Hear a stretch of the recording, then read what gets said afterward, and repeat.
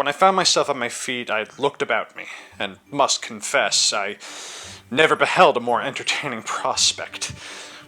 The country round appeared like a continued garden, and the enclosed fields, which were generally 40 foot square, resembled so many beds of flowers.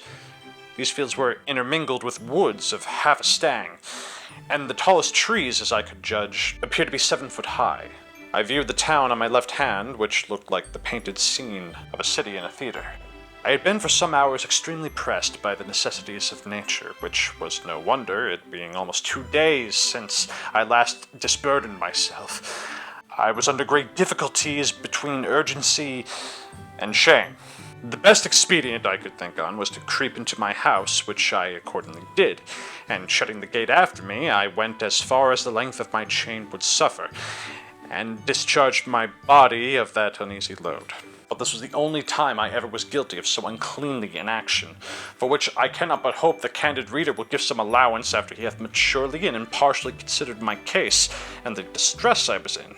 From this time my constant practice was, as soon as I rose, to perform that business in open air, at the full extent of my chain, and due care was taken every morning before company came, and the offensive matter should be carted off in wheelbarrows by 2 servants appointed for that purpose.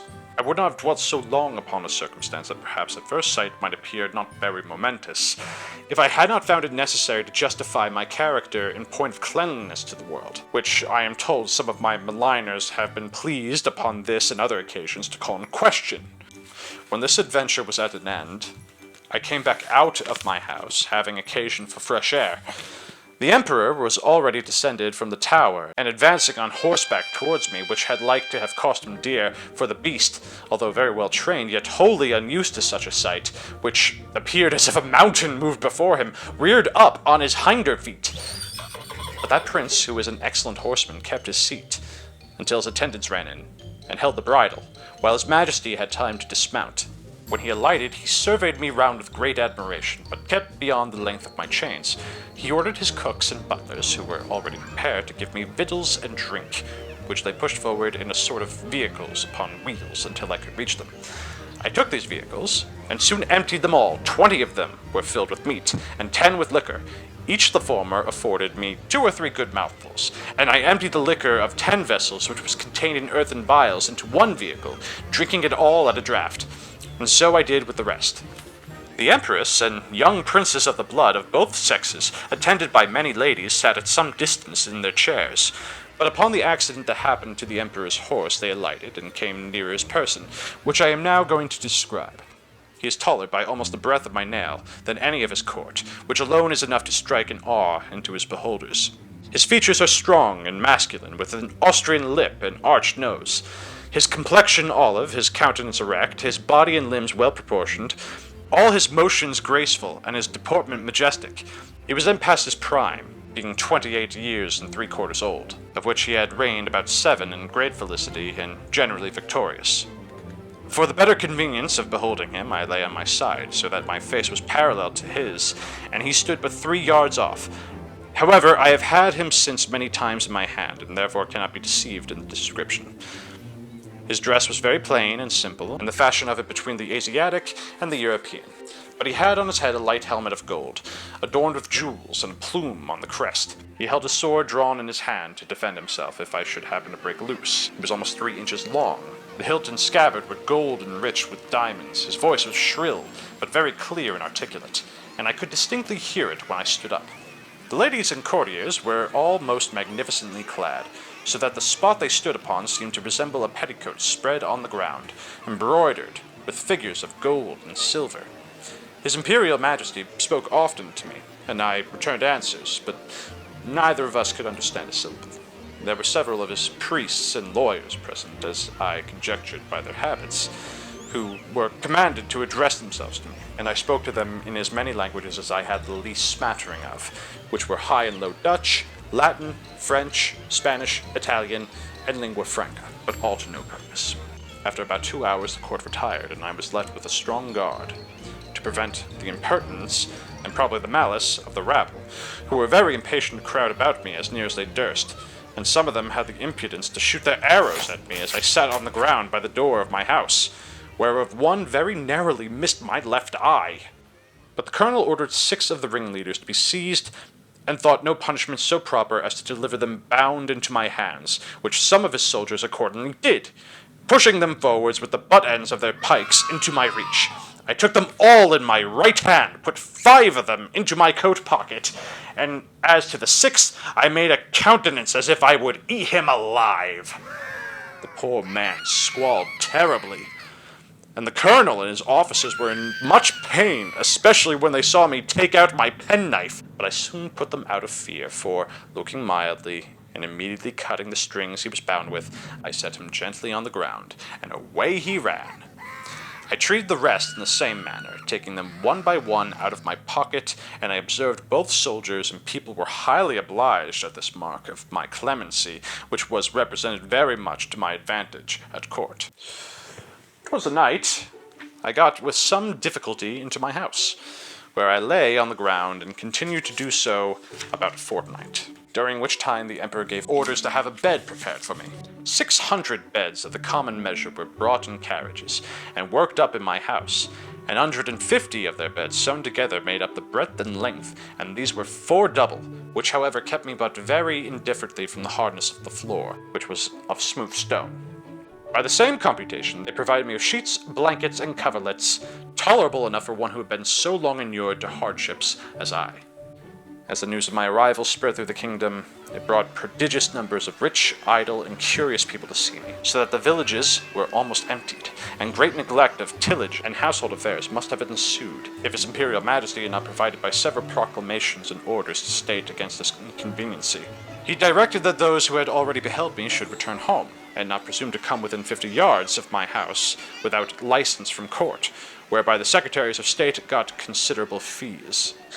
In the meantime, the emperor had frequent councils to debate what course should be taken with me. I was afterwards assured by a particular friend, a person of great quality, who was as much in the secret as any, that the court was under many difficulties concerning me. They apprehended my breaking loose, that my diet would be very expensive and might cause a famine. Sometimes they determined to starve me, or at least to shoot me in the face and hands with poisoned arrows, which would soon dispatch me. But again they considered that the stench of so large a carcass might produce a plague in the metropolis, and probably spread through the whole kingdom. In the midst of these consultations, several officers of the army went to the door of the great council chamber, and 2 of them, being admitted, gave an account of my behavior to the 6 criminals above mentioned, which made so favorable an impression in the breast of His Majesty and the whole board in my behalf that an imperial commission was issued out, obliging all the villages 900 yards round the city to deliver in every morning 6 beeves, 40 sheep, and other victuals for my sustenance, together with a proportionable quantity of bread and wine and other liquors, for the due payment of which His Majesty gave assignments upon his treasury. For this prince lives chiefly upon his own domains, seldom except upon great occasions raising any subsidies upon his subjects, who are bound to attend him in his wars at their own expense. An establishment was also made of 600 persons to be my domestics, who had board wages allowed for their maintenance, and tents built for them very conveniently on each side of my door. It was likewise ordered that 300 tailors should make me a suit of clothes after the fashion of the country, that 6 of His Majesty's greatest scholars would be employed to instruct me in their language, and lastly that the emperor's horses, and those of the nobility and troops of guards should be exercised in my sight, to accustom themselves to me. All these orders were duly put in execution, and in about 3 weeks I made a great progress in learning their language, during which time the emperor frequently honored me with his visits, and was pleased to assist my masters in teaching me. We began already to converse together in some sort, and the first words I learnt were to express my desire that he should please give me my liberty, which I every day repeated on my knees. His answer, as I could apprehend, was that this must be a work of time, not to be thought on without the advice of his council, and that first I must lumos celmen peso desmar lon impeso, that is, swear a peace with him and his kingdom. However, that I should be used with all kindness, and he advised me to acquire, by my patience and discreet behavior, the good opinion of himself and his subjects. He desired I would not take it ill if he gave orders to certain proper officers to search me, for probably I might carry about me several weapons, which must needs be dangerous things, if they answered the bulk of so prodigious a person. I said His Majesty should be satisfied, for I was ready to strip myself and turn up my pockets before him.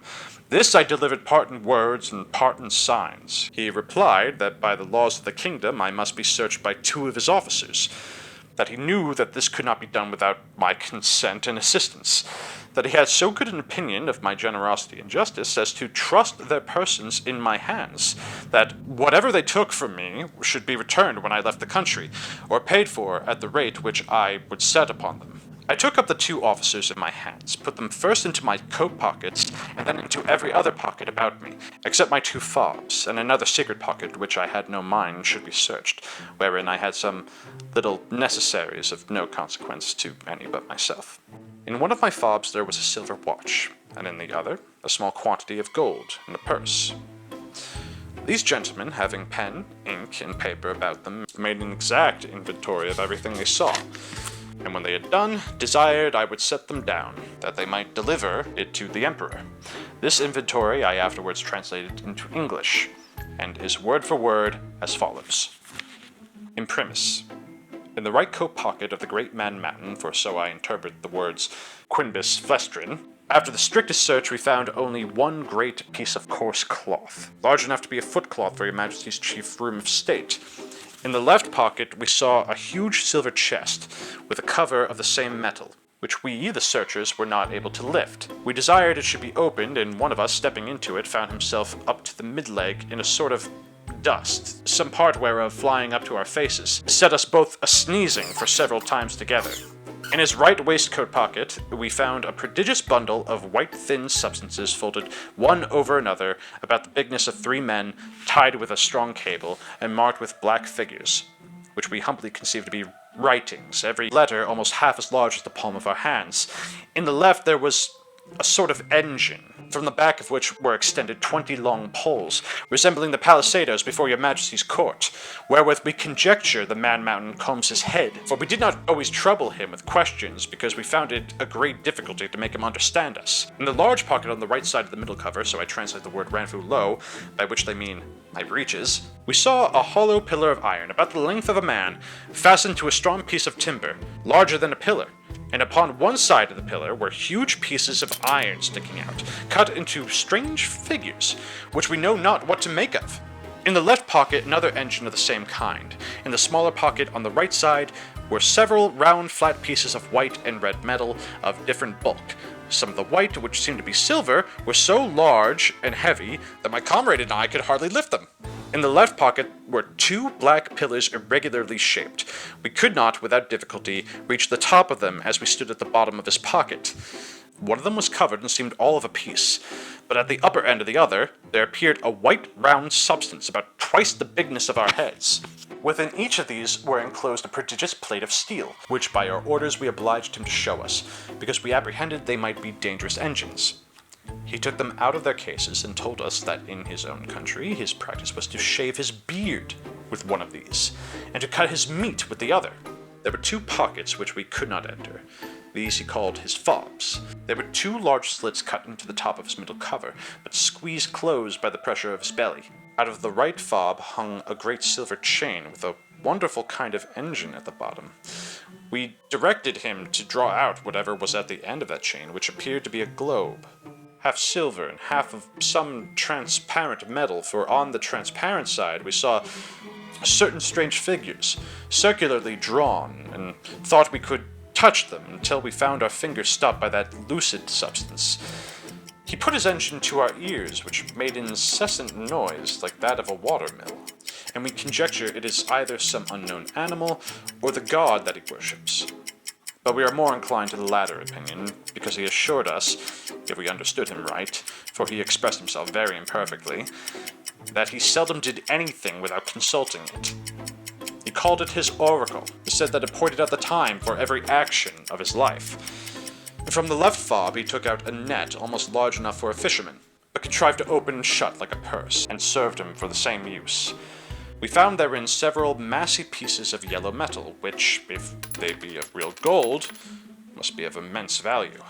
Having thus, in obedience to your Majesty's commands, diligently searched all his pockets, we observed a girdle about his waist, made of the hide of some prodigious animal, which, on the left side, hung a sword, of the length of 5 men, and on the right, a bag or pouch divided into 2 cells, each cell capable of holding 3 of your Majesty's subjects. In one of these cells were several globes or balls of a most ponderous metal, about the bigness of our heads, and required a strong hand to lift them. The other cell contained a heap of certain black grains, but of no great bulk or weight, for we could not hold above 50 of them in the palms of our hands. This is an exact inventory of what we found about the body of the Man-Mountain, who used us with great civility and due respect to your Majesty's commission. Signed and sealed on the 4th day of the 89th moon of your Majesty's auspicious reign. Clefrin Freelock. Marcy Freelock.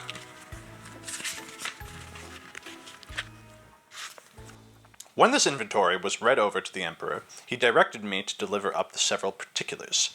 He first called for my scimitar, which I took out, scabbard and all. In the meantime, he ordered 3,000 of his choicest troops, who then attended him, to surround me at a distance, with their bows and arrows just ready to discharge.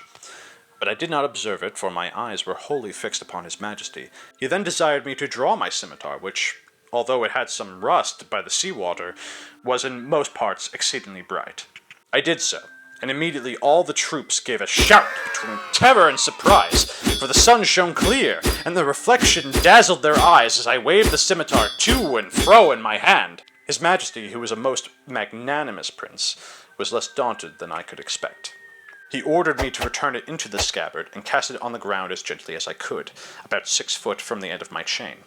The next thing he demanded was one of the hollow iron pillars, which he meant my pocket pistols. I drew it out, and at his desire, as well as I could, expressed to him the use of it, and discharging it only with powder, which by the closeness of my pouch happened to escape wetting in the sea, an inconvenience that all prudent mariners take special care to provide against, I first cautioned the Emperor not to be afraid, and then I let it off in the air. The astonishment here was much greater than at the sight of my scimitar. Hundreds fell down as if they had been struck dead, and even the Emperor, although he stood his ground, could not recover himself in some time. I delivered up both my pistols in the same manner as I had done my scimitar, and then my pouch of powder and bullets, begging him that the former might be kept from the fire, for it would kindle with the smallest spark and blow up his imperial palace into the air. I likewise delivered up my watch, which the Emperor was very curious to see, and commanded 2 of his tallest yeomen of the guards to bear it on a pole upon their shoulders as draymen in England do a barrel of ale. He was amazed at the continual noise it made, and the motion of the minute hand, which he could easily discern, for their sight is much more acute than ours. He asked the opinions of his learned men about him, which were various and remote, as the reader may well imagine with my repeating, although, indeed, I could not very perfectly understand them. I then gave up my silver and copper money, my purse with 9 large pieces of gold and some smaller ones, my knife and razor, my comb and silver snuff-box, my handkerchief and journal book. My scimitar, pistols, and pouch were conveyed in carriages to His Majesty's stores, but the rest of my goods were returned to me. I had, as I before observed, one private pocket which escaped their search, wherein there was a pair of spectacles which I sometimes use for the weakness of my eyes, a pocket perspective, and several other little conveniences which, being of no consequence to the Emperor, I did not think myself bound in honor to discover, and I apprehended they might be lost or spoiled if I ventured them out of my possession.